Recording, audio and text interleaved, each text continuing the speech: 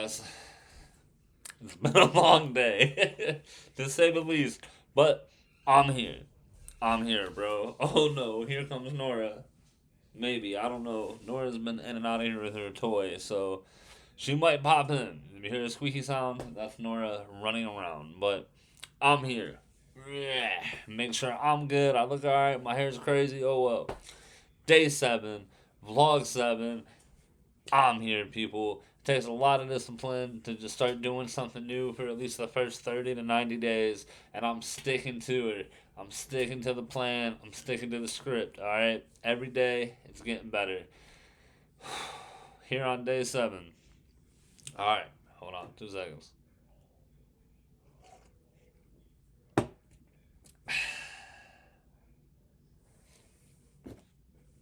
So, today, I want to talk about more about the YouTube stuff. I know there's been questions about it. Look, all you have to do, you want to start doing shorts. If you have a newer channel, if you just started a new channel, you don't want to overflood it because then YouTube will think that it's bots. So if you have a new channel, you want to post very slowly. Build your algorithm slowly for the first couple months. And then you want to start picking up speed, posting shorts, maybe posting once a day then. You just want to be sure you're not getting the zero view effect where you go to post all these videos and all this content and it's just not getting picked up by the algorithm whatsoever at all, and you have zero views, maybe 2 views at most, 5 views, but nothing, literally nothing over 5 views. So to avoid that issue, you just have to make sure that you're playing it slow and steady. Slow and steady wins the race, and you just keep building up the content. You can do this for gaming, you can do this for whatever you do and you have a passion, you have a hobby about. If you just want to boost your productivity, you can start posting every day, but you got to make sure that it makes sense and you have a strategy. If you don't do it without a strategy and you just go into it blindly, it is not going to work. I thought I lost my phone for a second.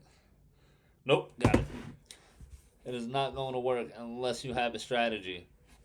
The more you keep going, the more you learn your strategy, you learn the methods, and you learn what really works. For what might work for me may not work for you. So I'm trying to give you guys the advice and my wins and my losses on it and what I've had to deal with so that you guys will also be able to kind of study that and you don't have to go through some of the same hurdles that I had to go through. So with that being said, know your niche. Use the right hashtags. Find out what times your content does best when you're posting it. For me, it's 1 p.m. and 7 p.m. any day of the week. Every day of the week is 1 p.m. and 7 p.m. And I did that just by kind of seeing what times. So I was kind of checking the numbers like every hour, like watching my data every hour. And I noticed when I posted at 1 p.m. and 7 p.m., that's when my audience was most active. Even though my social media stats or whatever might say it's this or that, I found on YouTube my times were 1 and 7. So I would make sure I post a video around them times, if not at the exact same times. You can also schedule videos. So if you want, you can spend one day doing 5 to 7 videos and schedule them all out and drop a video a day for 5 days or 7 days, however you would like to do it. And this way, you're not taking all week for your content. But sometimes I do find I don't like to schedule stuff, especially if I have some more open downtime than what I normally have. Maybe I got some extra free time. Maybe I'll make extra content. But other than that, I like to keep it really authentic and not just stockpile a bunch of content. That's why with this stuff, I want to do every day. I'm technically a day ahead of myself right now. So, meaning I'm recording this video now. I'm gonna upload it tonight. It'll drop tomorrow. Tomorrow, I'm gonna do the video for the next day. So I'm always a day ahead of myself, and I like to keep it that way so I never have to rush. And instead of doing 2, 3, 4, 5 videos in a day, I like to do these every day. So each day you get almost not a different version of me, but every day you kind of have like a bit of different energy. You're never happy every consistent day. You have your ups or downs. So I like doing that. I like doing that organically and give you guys like me. Each day is different. I might look a little different. My hair's a little longer. You know, I got a different hat on, different shirt. I just got a different vibe, a different feel. Maybe my inflection of my voice is a bit different because my mood's different that day. You know, so I feel like that's real. And if I do this every day for a year's time, I can go back and look, you know, see how the whole year throughout and how I've grown and how I've changed. So I figured for that, I am doing it for me, but only for that. At the same time, I want to educate you guys and I want to help you guys succeed on YouTube, succeed on social media, succeed with marketing your own business. In order to have a business and to succeed and to gain wealth and to do anything, you have to know how to market properly and you have to know how to use the leverage you have. So, if you guys want me to make a video about sponsors, how to get sponsors, for example, I don't know if I can say the whole name of it. Let me see. Try to cover some of it up. But so that is a brand named Enchanted out of California that I work with. And we have a partnership. And it's cool. I can't say too much because of YouTube, but message me or comment about that and I can tell you more. But I can tell you guys how to build your value, how to not only get monetized on these apps, and how to build brand deals, authentic brand deals with real people. The guy who owns that company is a good friend of mine, and we just don't do business. We actually talk and, you know, talk about other things, and we just have like a. Sorry, thought I was gonna cough. We just have kind of like, you know, a good friendship, and off of that we do business together as well. I like his product, you know, I'm good at marketing, he's good at making the product that he makes, and we're able to sell it together, and I enjoy it. I use the product, I really enjoy it. So when you're a small creator, you can still make a bunch of money because you can get monetized on YouTube. Now it is very, very easy. Monetize all your social media outlets. It is now easier than ever to make money on Instagram, Facebook, Snapchat, Twitter, TikTok. A lot of people are making money on TikTok. Also, the brand deals. So when you put all these monetizations, if you got each account monetized, that's one, two, three. That's like four accounts monetized, right? And then you got your YouTube monetized. So that's five. So that's five incomes coming in. If you're a music artist, especially, like I was saying, it's very, very hard to make money off of music. That's why you build your personal brand up and you make money around the music. And this is how you do it. And then you sell merch, so you got merch income on top of that. You just have to be a hustler and have to be pushing yourself at all times, but pushing yourself in the right ways, you know, invest in yourself. It's not free to get on the radio, it's not free to market and push an album or a product. You got to do it in the right ways.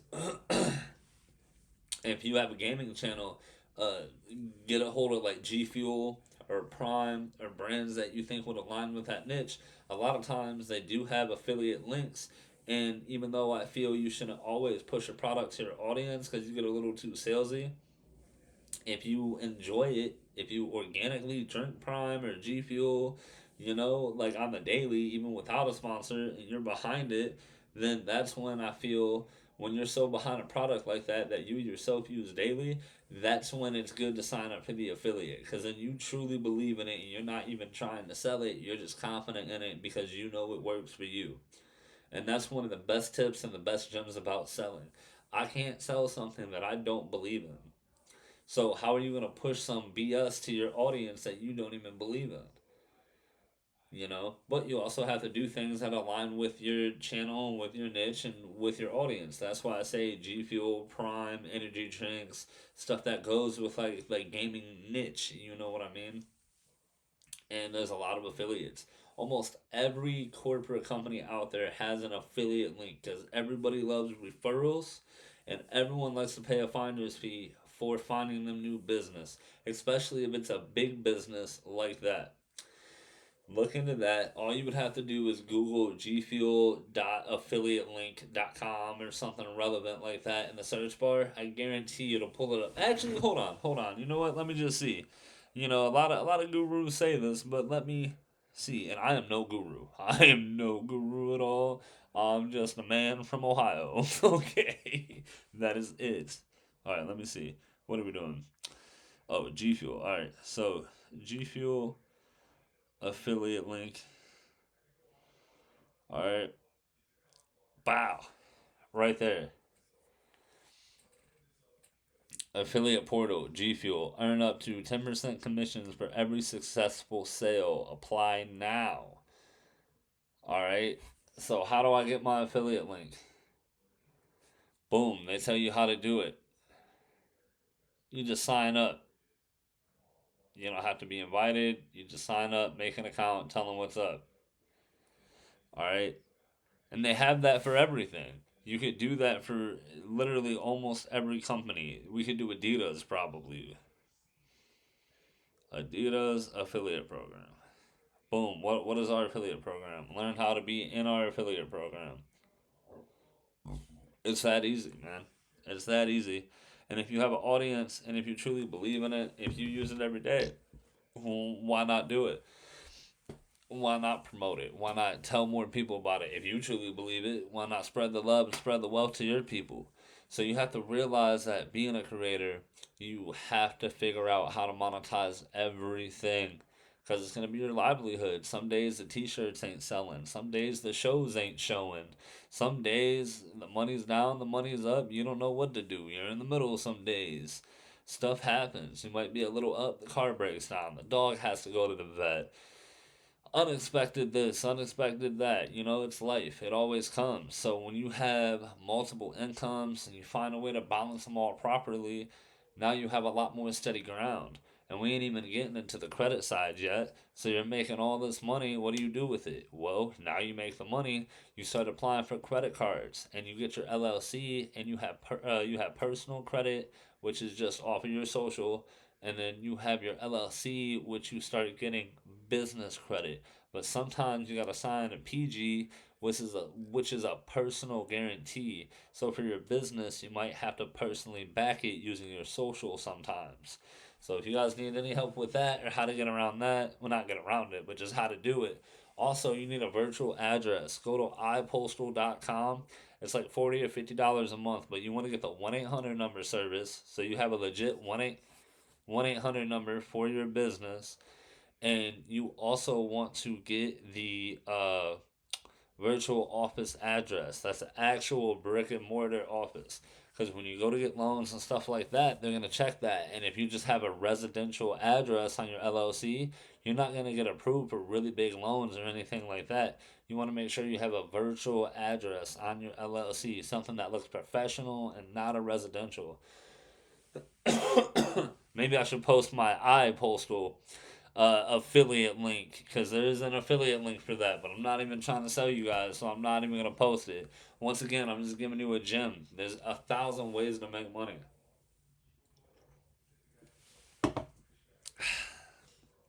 I buy new guns fairly often. I feel like I buy a gun once a month, and they're not cheap. Don't tell nobody. Don't tell nobody. I spend way too much. I'm actually addicted. I'm actually addicted at this point, and I don't know what to do. I don't know what to do. They're literally all in my room. Hold on. I'll show you guys. Hold on. I gotta unplug the Mac. Nora's barking.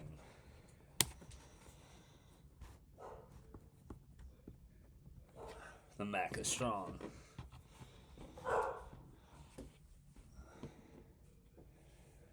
Alright. Never mind. I'm not gonna do it because I forgot that I have my speakers hooked up. I was gonna show you guys everything. It's kind of just like this cubby hole lock safe thing in my wall, and it's like a John Wick safe in my house. It's solid. It's pretty solid, and I'm gonna enhance it. I have a lot of enhancement coming, but it kind of came with the house. It was like a built-in cubby hole. I don't know what it was for.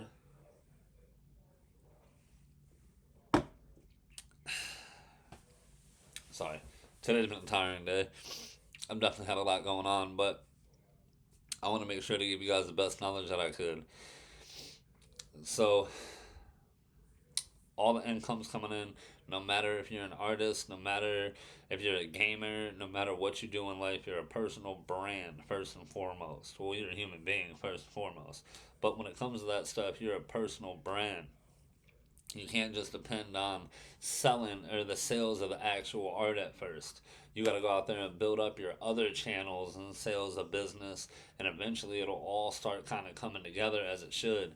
And you got 5 or 6 income sources at this time. You know how to use your credit. This is when you really start building wealth and you start to touch financial freedom.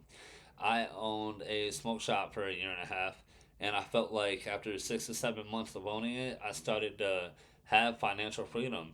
My expenses weren't very high. I was making really great money, but I wasn't living way up here. I was living way down here. I mean, I was paying rent on an apartment that was like $500. It was super, super small. I think I talked about it in the last, or not last video, but a couple of videos ago. It was so small you could drop a rag and have wall to wall carpet in that thing. It was small. I was paying $500 a month for that. No utilities, no nothing, and I was making above $5,000 a month probably between owning the smoke shop, the profits from that, profits from music, profits from starting my marketing company. Because I've technically been starting this marketing company now. Well, not starting for now, but anyway, I'm sorry. I'm sorry. Today's been a long day. I'm tired. Sorry. Anyway, I've been working on growing my marketing company. That's better. For the past couple years, like the past 4 or 5 years. And over these past year, it's really, really taken off, you know. But I think that comes from the experiences that I had. Owning the smoke shop, I was making a lot of money, and I was making money off the music. I was making money, not too much off the music, but just like enough to reinvest back in the studio time, and it was like paying for itself at a point, you know. So I was doing that and started the marketing company, and I realized I was living super down here when I could be living up here. I wasn't buying guns, I wasn't buying nothing fancy.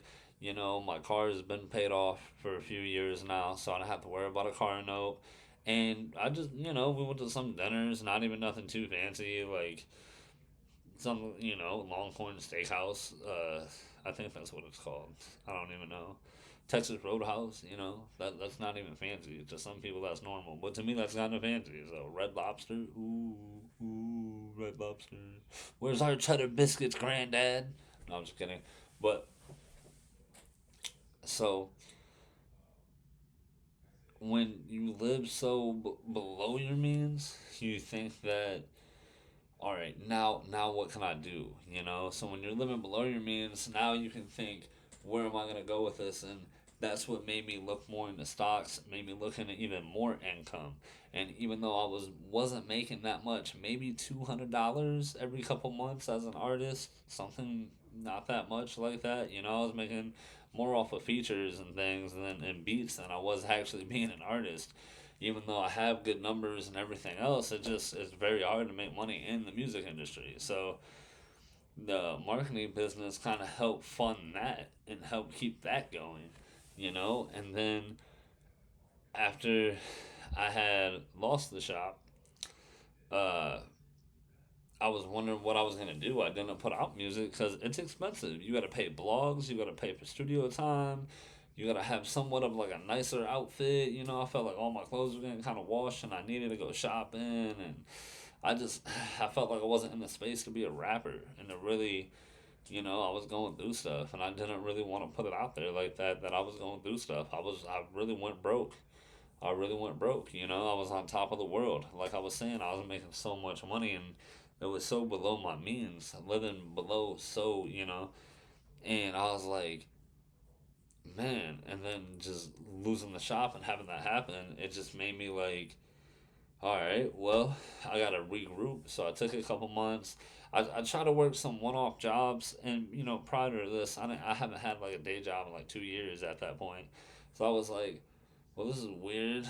And I just felt like I didn't have the drive to work for somebody. I didn't have the drive to go make somebody money. I wanted to go make money for me. So I started a window cleaning business. I had a little success with that. I probably could have had more, but it paid the bills for like 2 or 3 months, and then I kind of fell off with it. I wanted to do more with sales and marketing. Even though I could have sold the window cleaning thing, but I also would have had to clean the windows, and I didn't have a truck, I didn't have a ladder. Like I could have taken it places, but I didn't. So I kind of just like retired that, and I guess it was a business, but it wasn't really. It was just like a side hustle that I was making money doing. But I have a logo, I made a website, social media. Like I did the whole thing for it. I'm trying to be legit. Like, all right, this is how I'm gonna make money now. And then through that, what else?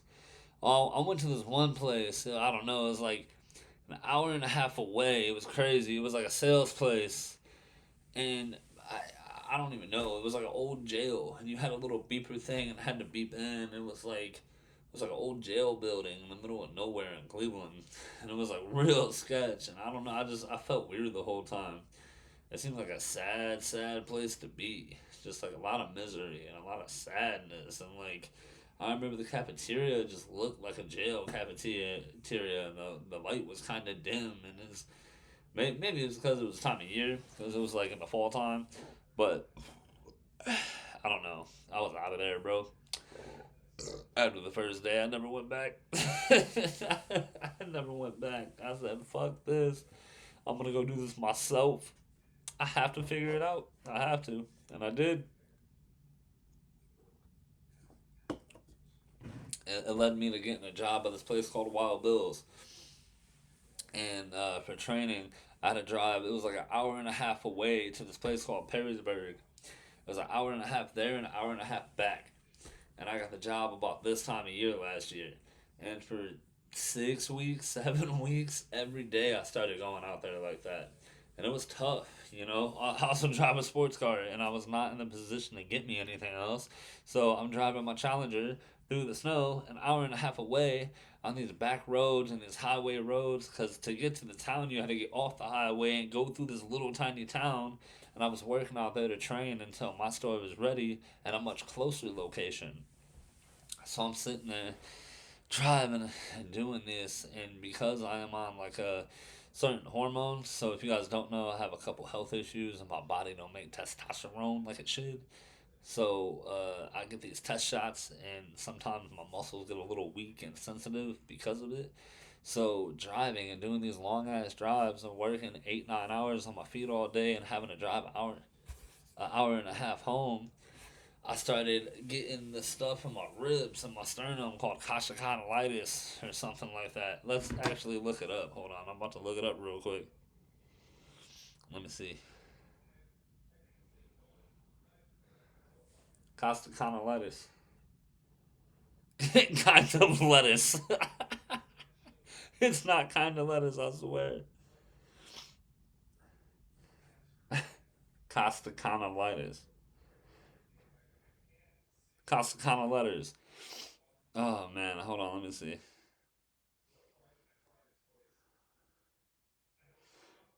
Costo Costochondritis.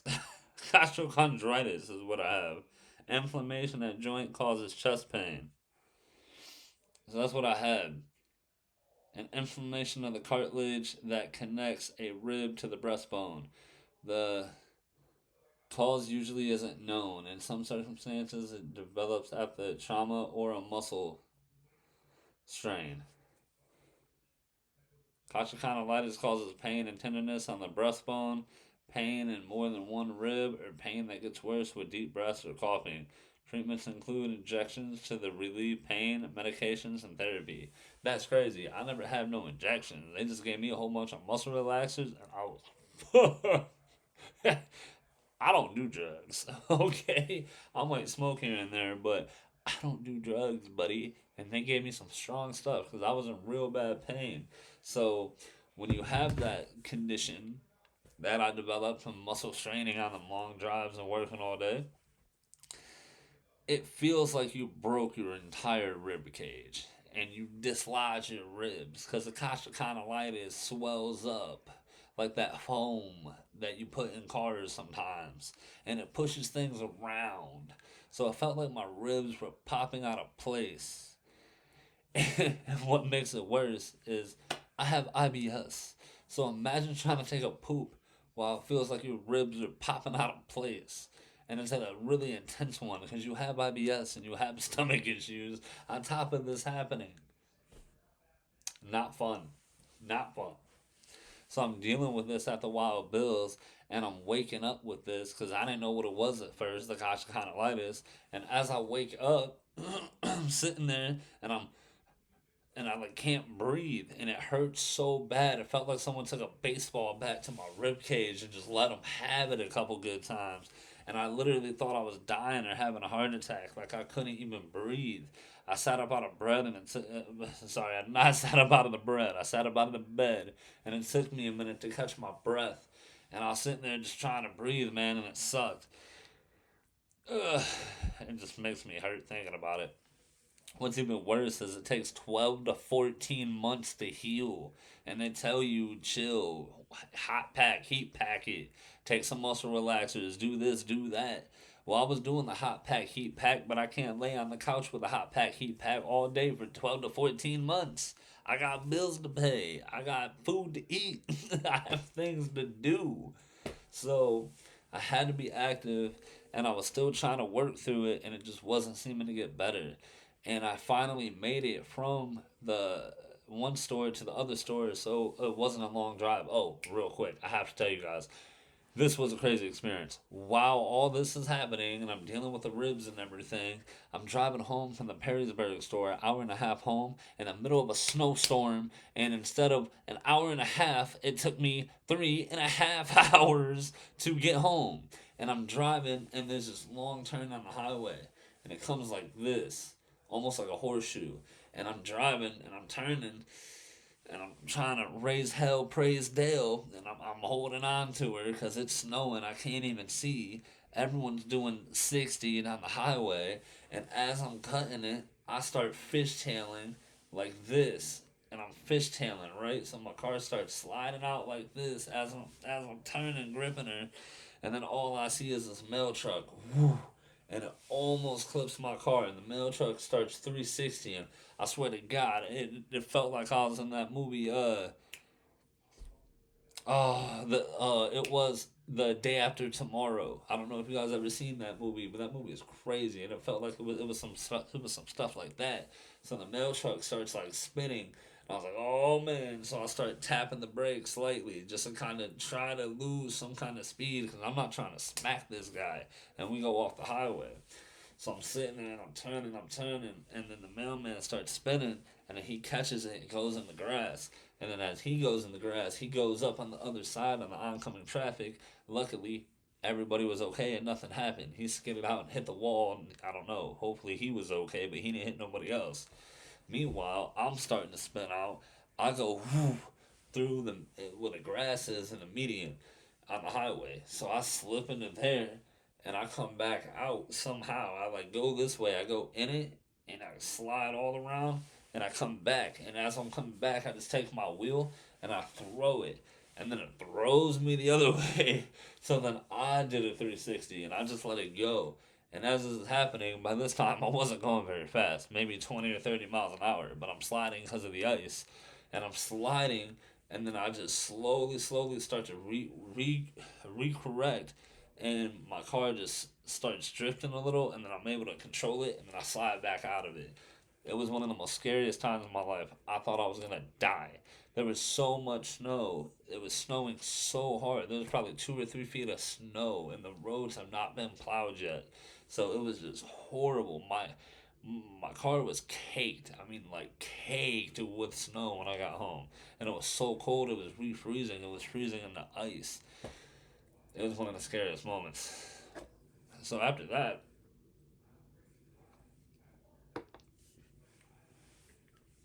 like a week or so after that, I got into the other store that was closer, and I was doing. Sorry, I thought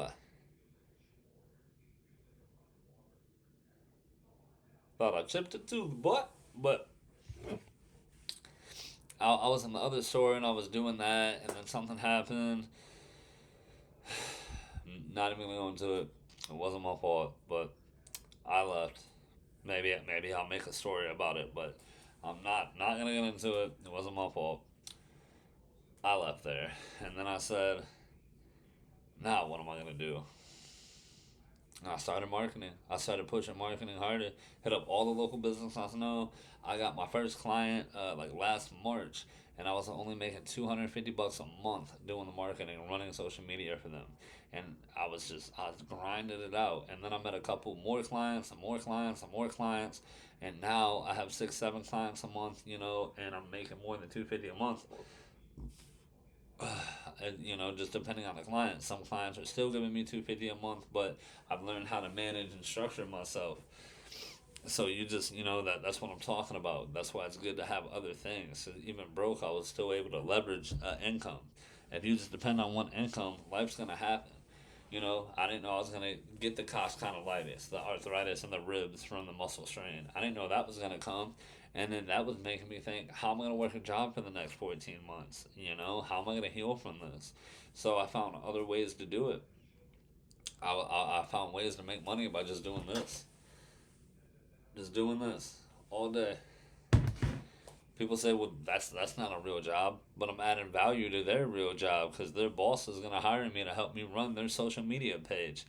And I wasn't putting it out there that I was really hurt, but it really came through for me because I wasn't able to get up and go work a 9 to 5 job even if I wanted to. So I was relying on my marketing work and my knowledge of how to use social media and how to leverage it just to keep the bills covered for a few months so I could heal. And I can honestly say it's been almost a year, like literally almost a year. It's been like probably 11 months, and I'm finally healed. I haven't had no pains or nothing for the past 2 or 3 weeks. I haven't been taking the relaxers. I feel really healed off of it, and I feel back. Like it was hurting so bad, it was hurting to breathe. I like couldn't even rap. And I'm on these muscle relaxers, and I was eating all this food from the sheets, and I started getting fat and heartburn, and my skin felt greasy, and ugh. Even though I'm drinking a tiny soda right now, it's only a little one.